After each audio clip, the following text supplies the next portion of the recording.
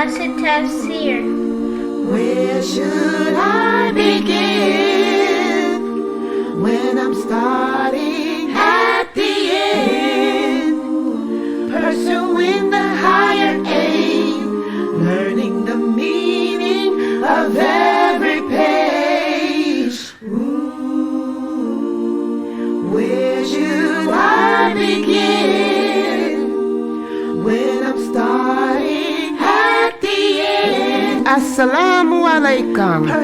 Sunnahfollowers presents a new class, the Maqasidic Tafsir, being taught and brought to you by Ustada Laila Nasheeba. Please stay tuned, streaming on all major platforms, right here on channel Sunnahfollowers. I'd like to welcome everybody to our series on the Maqasidic Tafsir. And this class is based on the book written by Dr. Karim Abuzaid.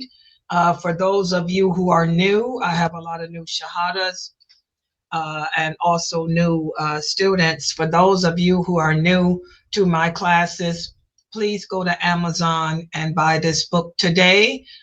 The book is, this is how it looks on the screen. It's the blue volume. It's volume 2 of the series.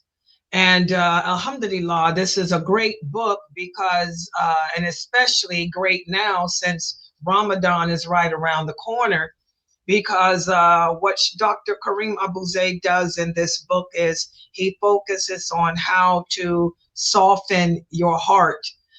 If you are have a sinful heart, you know, whenever we commit a sin, a stain attaches to our heart. That's what our Prophet Sallallahu Alaihi Wasallam said. And the more that we continue to commit sin, you know, without repenting, that stain grows. It gets darker and darker, and it ends up covering the whole heart.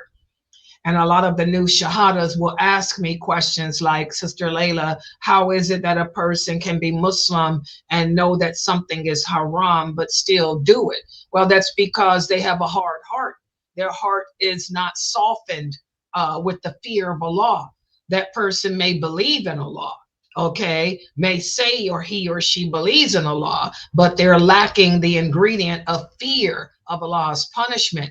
And that's why the Prophet Sallallahu Alaihi Wasallam said you will never be a true believer until you have love, hope, and fear of Allah within your heart, and it all has to be balanced out equally.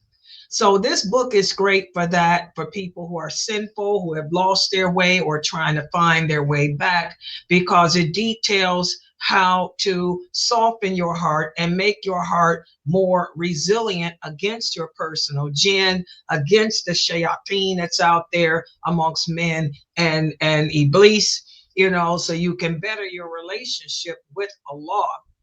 And the last time we met in this class, we spoke about how Allah is light. You hear this statement a lot as a Muslim, how Allah is light. And so I have a couple of questions I'm going to ask you about what that means. And then I'm going to go into today's topic, which is about light, Allah's light. So let me put the PowerPoint up on the screen first, then we'll get started.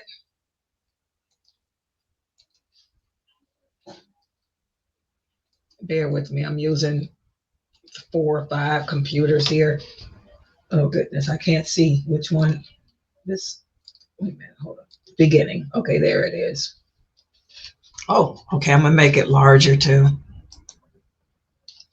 Okay, inshallah, everybody can see. We're going to speak about the different types of light. We're going to, wait a minute, where is it? Uh-oh, I did it again. See, this is what happens when I can't see as I should.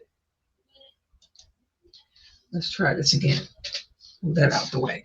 Okay, we're going to speak about Allah's light, and I'm going to start off with a quiz from the last time we met.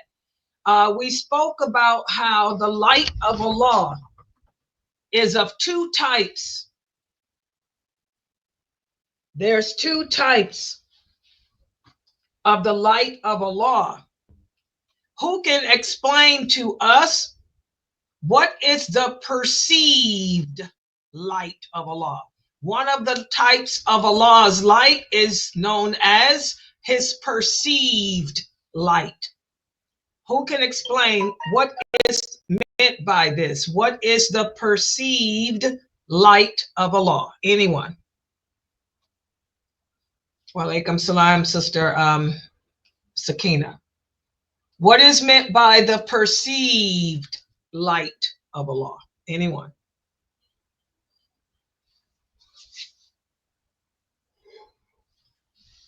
No one knows? Who's in my Zoom room? People in this. Oh, go ahead. I'm sorry. Is it like a light that, like it comes from him, but it's like a veil that it shields from his creation? No. Do you guys? No, that's not that. This is English. What is meant by perceived? What is the word perceived? Remember, I tell you guys, when it comes to studying the Quran and the Hadiths, there are certain techniques that we use.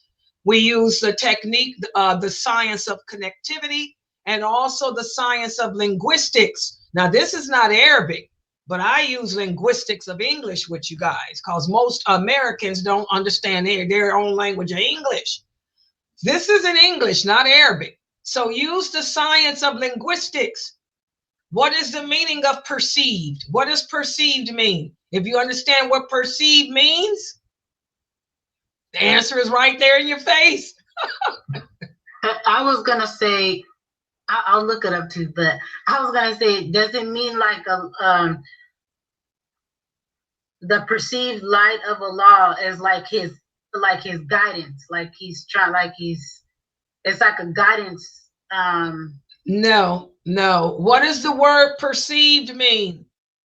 This is so funny. To attain awareness and understanding. So what is the perceived light of Allah? I think it's our senses. You know, we sense Allah's light. No, that's not what perceived means. What does perceived light? Okay, Aya has the answer. It's just simple English. Perceived light is the light that you can see, that Allah grants his creation, the light of the sun. What does perceived means? That means I can see it. If it's perceived, that means it's visible. It's right there in your face. I gave y'all a clue when I said right there in your face. Good job, Aya. It's what the type of light that Allah gives us. He gives his creation that we can see, the light of the sun, the light of the moon, the light of the stars. Okay, and we spoke about that. That's what the whole topic was the last time we met. You know, Allah speaks in the Quran about the alternation of day and night. What does he say about the alternation of day and night? He's describing his perceived light. Who can tell us about the alternation of between day and night? The sun rises and gives us the light of the day. Then how can we perceive light at night? By the moon and the stars. Exactly. The stars light up the sky. The stars are lanterns of the sky and the moon. So the perceived light, this is the light that Allah gives to his creation that we can see. We can actually see with our own eyes. And that's in the spiritual, right? Okay, and let me stick with this because that's the problem. Y'all jump around too much. Let me ask another question about this. Okay, so the perceived light is the light that Allah sends to the creation. Who can remember where does that light come from that we see? The light that we can see, the light that illuminates the sky, that illuminates the creation. Where does it come from? Allah's face. Say it again. The face of Allah. Okay, exactly. All of that comes from the face of Allah. The light of his face. And how is that face? The light of the face. Exactly. Good job, Sakina. You got it. Good job, Fatima. You got it. Now y'all's memory is coming up. Exactly. Good job, Aya. Good job, people on Zoom and Facebook. Good job, Facebook. Exactly. So the perceived light. This is the light that comes from the face of Allah that he uses to provide light to the creation. Everybody remember that. The light of the creation. Okay, now let's look at the next question. Is this question true or false? The Prophet Muhammad sallallahu alayhi wasallam is the only one besides Adam alayhi salam who has seen Allah. Is this statement true or false? The Prophet Muhammad along with Adam, they are the only ones who have seen Allah. Is that statement true or false? False. Does everybody agree with her? False, yes. Okay, good job. Yeah, good false. job. Good job. Everybody's got that right. Good. Mr. B, good job, Mr. B. Good job, Nadia. Good job, Aya. MashaAllah, Fatima. Good job. Exactly. This is false. And you will come upon some Muslims who will tell you that the Prophet Muhammad sallallahu alayhi wasallam saw Allah when he went on his night journey. In fact, that's part of this bid'ah or this innovation that Muslims do when they call themselves celebrating the 15th of Shaban and all of that. They're celebrating the Prophet Muhammad meeting with Allah and seeing Allah. This is a lie. As Aisha radiallahu anha, who was the wife of the Prophet, said, anyone who says that the Prophet saw Allah is a liar, because the Prophet said he's never seen Allah. No one has seen Allah, not even Adam alayhi salam. You have some of these same mystics who say that Adam saw Allah too, because he was allowed to live amongst the angels in paradise. Where does Allah say that he was allowed to see him? Allah tells us in the Quran that no one will see him until when? What does Allah say about seeing him? On the day of judgment. Exactly. Allah says no one will see him until the day of judgment. And will he show himself to everyone, or will he only show himself to a select few? To a select few. Who are the few that will see him? The Muslims, the believers, the faithful, of course, the companions, the ones that came before us. Somebody else, give me the correct answer. Now, that's too much, Nisa. Just a simple answer. Who will be the people who will see Allah on the day of judgment, guys? The true believers? The Muslims that's in paradise. The people of paradise. The people and jinn of paradise. Okay, the people in hell will not see Allah. Only the people in paradise. Exactly. Y'all got to be specific, because there's going to be some Muslims being punished in hell for their sins. They ain't going to see Allah. Not until they're removed, unless they're removed and put in paradise. So I want y'all to be specific, because Allah is specific. He says in the Quran, that is the greatest gift of paradise. He says, shall I not tell you what the greatest thing of all is of paradise? They will get to see me you will now be able to see me. So only the inhabitants of paradise, that's the better wording, the inhabitants of paradise. Everybody got that? All right. What about this? Last question for last week.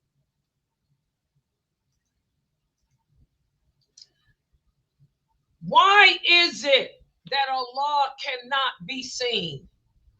Who can answer that? This is a simple answer too. Because he's a part of the unseen? No, not that simple. Well, Why? I've been cooking all the way there. Not just us, but also the angels. The angels don't see Allah either. So they're not, and angels are the unseen.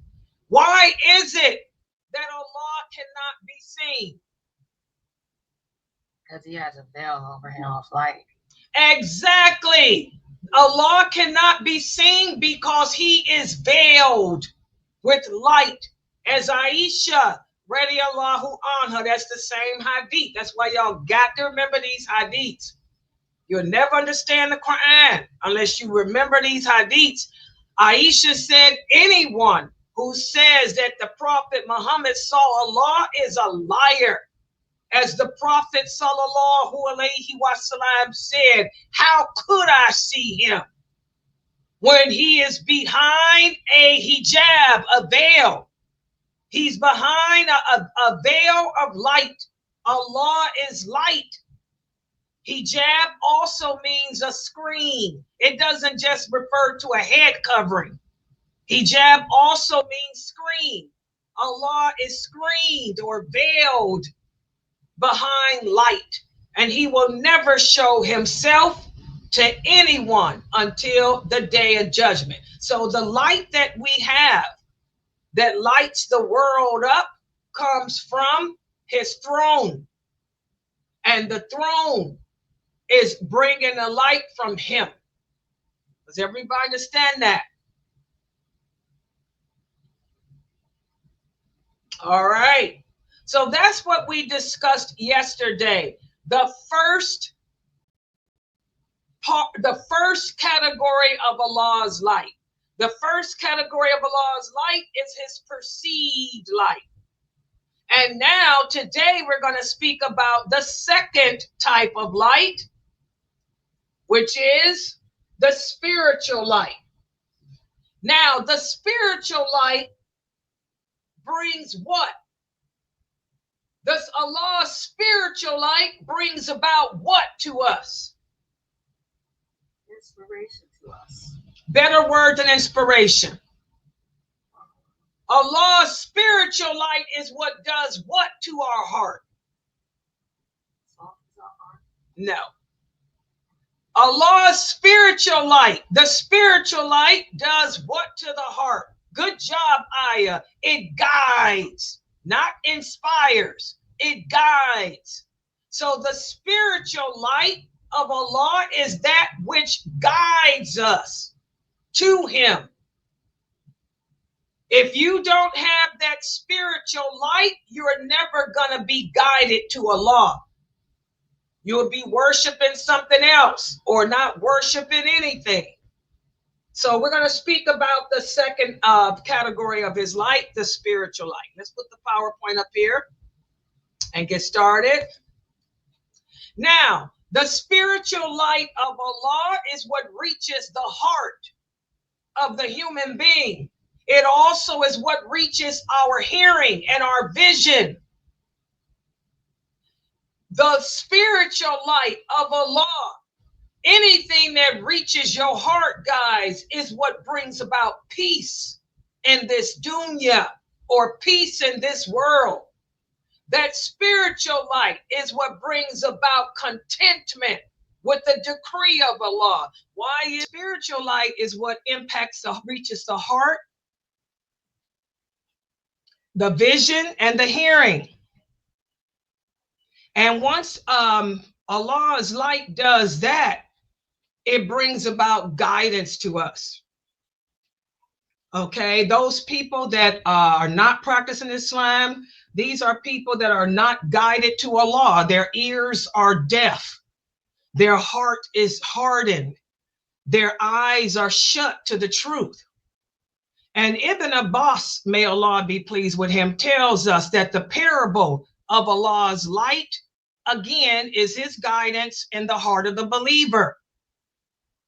And when you look at that lantern, that parable of light that Allah uses, you know, if you ponder what Allah is saying about how he guides with his light, you will focus on, like this lantern I have here on the screen, the niche, the bulb, the glass, the tree that the oil comes from, and all of that.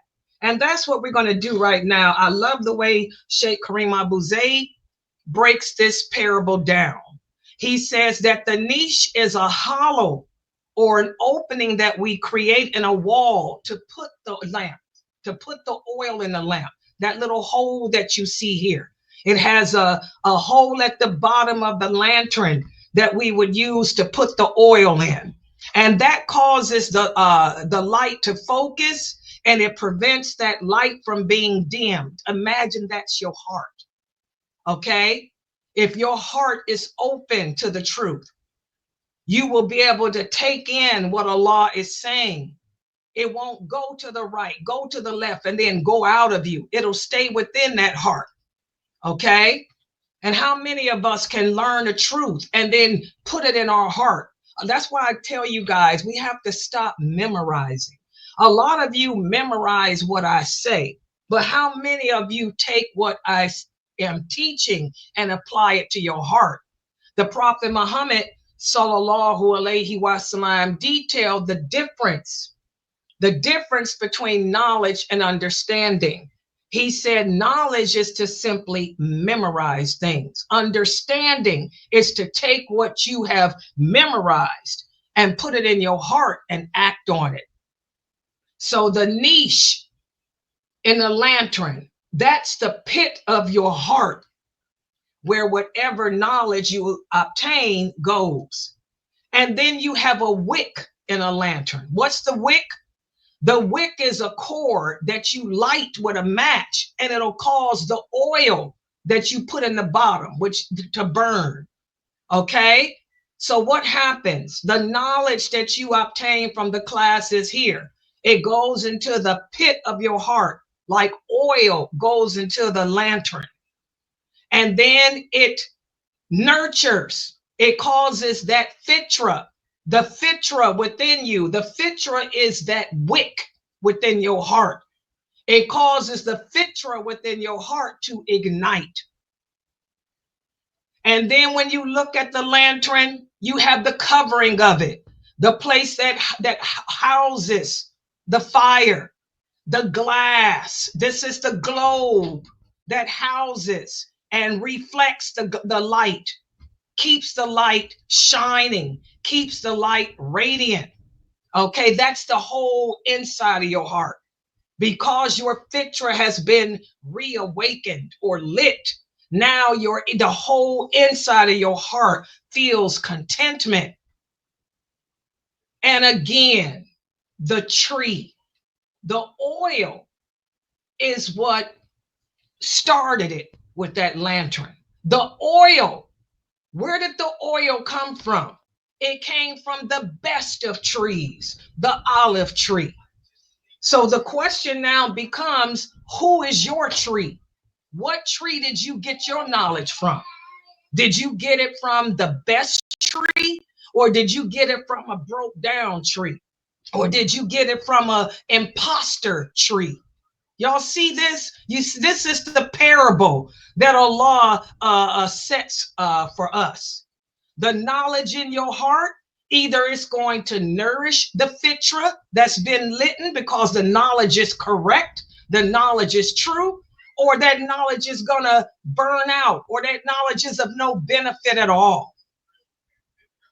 So this is why this verse of the Quran is so powerful. This verse of Surah An-Nur is so powerful because the chest is what holds the heart of mankind, and the chest is our niche. Subhanallah, subhanallah. And again, the wick is our fitra, subhanallah, subhanallah. And the oil is our knowledge. And the tree is the source that you got that knowledge from, subhanallah. For the true believer, the believer's heart is a solid flesh, but it's soft. Why? Because it has the best oil entering inside its heart. It has the best oil lighting its cord, its fitra. And it stays burning because that knowledge is what's a benefit. And that's what one of the companions meant when he said, it's like a shining star, light upon light, knowledge upon knowledge. You're renourishing the fitra over and over again with the correct beneficial knowledge. And again, let's talk about the tree, which is the source of the knowledge. Allah tells us in the Quran that the tree in which the oil came from is it bears fruit, which is neither Western nor Eastern.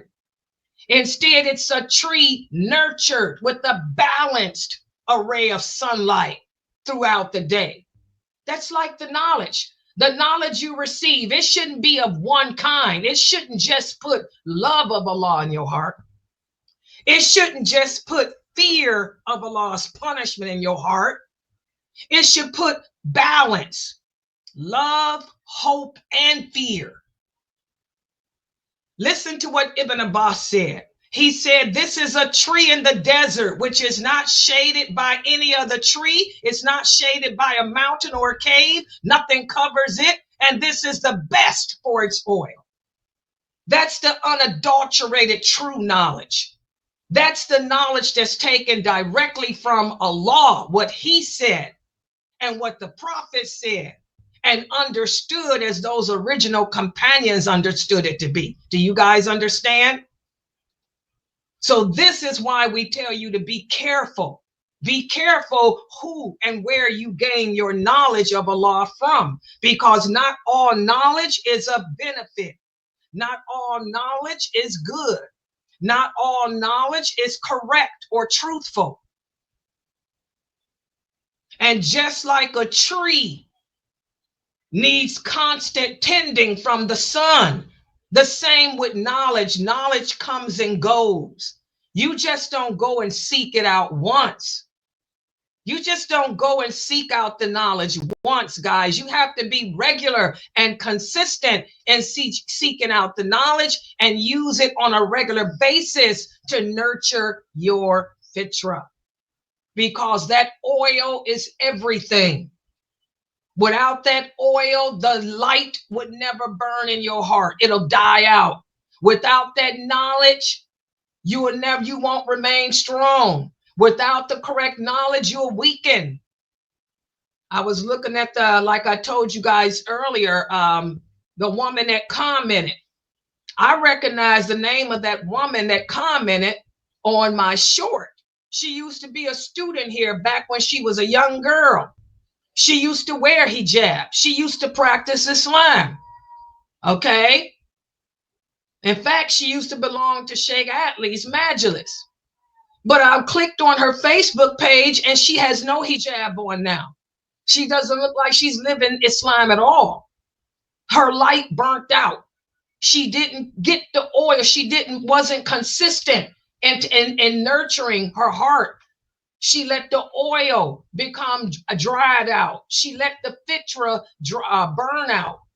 You have to be consistent with seeking knowledge of this religion, guys. Otherwise, your faith will diminish.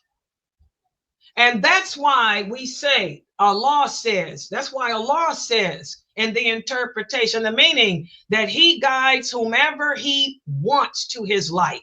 What does that mean? That doesn't mean that Allah chose for you to be a kafir. That doesn't mean that Allah chose for you to be in hell. It means that Allah knows those who are sincere. As the Prophet sallallahu alaihi wasallam said, Allah created his creation in darkness and he cast his light upon them. So whoever is touched by that light is guided, and whoever is not touched by it goes astray. And for this reason, I say that the pen has dried with Allah's knowledge. Subhanallah, subhanallah. So Allah sets forth parables like this for us to learn from. Okay? All of us were created upon the same fitra. All of us were created upon the same fitra. Light upon light. Some of us tend to our fitra. We continue with the journey to try to get closer to Allah. We continue on the journey of seeking knowledge. We continue the journey of nourishing our hearts. But then some of us may do it and then stop and fall to the wayside, and some of us just don't do it at all. So Allah didn't choose it for you to be a kafir or to be a person of the hellfire. You chose it yourself because you chose to reject his light, his spiritual light.